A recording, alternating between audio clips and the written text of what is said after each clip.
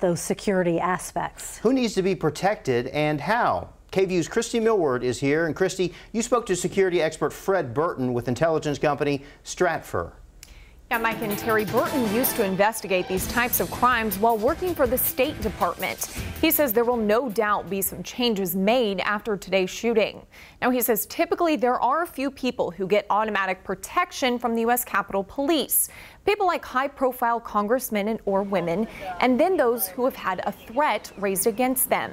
He says the Capitol Police are some of the most well-funded, with tools from K-9 officers to snipers to a SWAT team.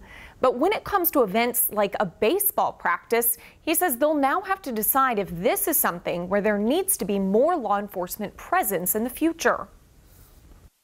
I think it's the kind of event that really will be a game changer inside the protection field, mostly inside the Beltway, because everybody thinks of the President and the Secretary of State being protected all the time, but nobody really understands how protection works when you're looking at congressmen or others such as Supreme Court justices. So there's going to be a ripple effect across the entire protective space behind the scenes over the next 24 to 48 hours.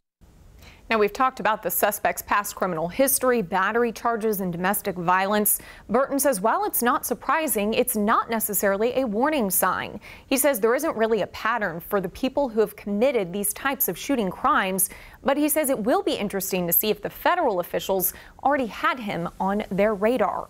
Burton says law enforcement will now likely check all of the suspect's phone records and talk to people he knows to see if he scoped out any other locations for this type of attack. He says that can help with future protection. Christy Millward, KVUE News.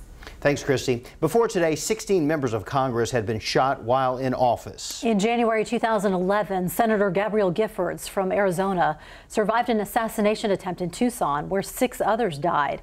She resigned from Congress and is now a vocal gun control advocate. The other shootings happened between 1978 and 1831.